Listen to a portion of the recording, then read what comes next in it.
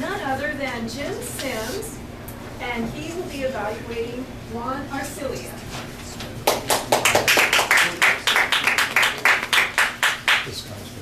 Juan, it doesn't take amazing prescience to realize that you are going to have a very successful Toastmaster journey.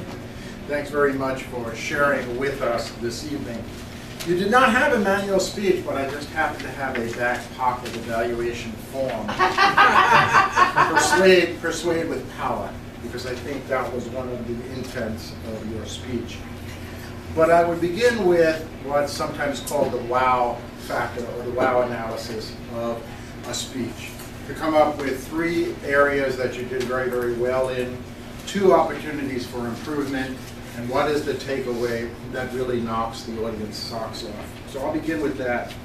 First is, I would say, storytelling is a real strength that you have. You shared with us the way that you brought into play what speaking really means for your friend, and that you don't have to be necessarily unnatural. You have a very warm and endearing smile that really connects with the audience. You use it very, very well. I also thought that your gestures were plentiful and very purposeful. There was almost forethought in using them.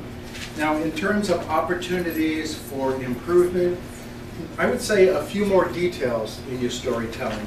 You mentioned several times your mentor, and I think every one of us in life has had a mentor. I would give a little bit more details, the name of your mentor. You also asked us to do a few different things, or you assumed a few things about the audience and our progress. I would just suggest make sure that you get a buy-in. For example, you talked about people thinking it was effortless to speak in front of an audience. And yeah, Toastmasters feel that way, but sometimes maybe an introverted Toastmaster might not. Now, in terms of what I really thought that you did powerfully, and what is probably evident in all your speeches, is that you have a confident connection with your audience. You demonstrated that very, very well.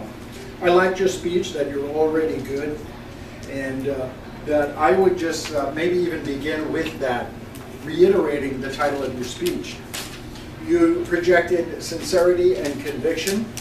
You definitely had an appeal to the audience's self-interest. My one suggestion maybe is a little bit more to close the deal. What's in it for us? To reiterate that even if you don't feel you're powerful, you're on your way because you faced that first fear of getting up here, whether it was a table topic or your icebreaker or your DTM. The body language, you definitely have really good body language, as I mentioned before. You talked about possibly speaking too quickly, and being somebody from New York, I never gig anybody for speaking too quickly.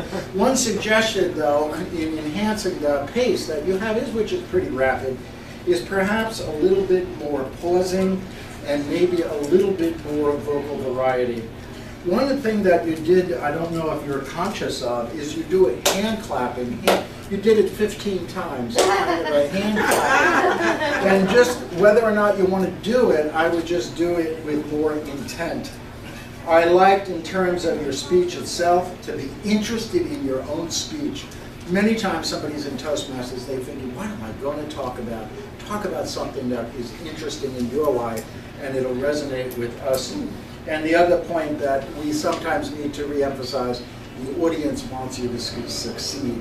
And you definitely succeeded tonight.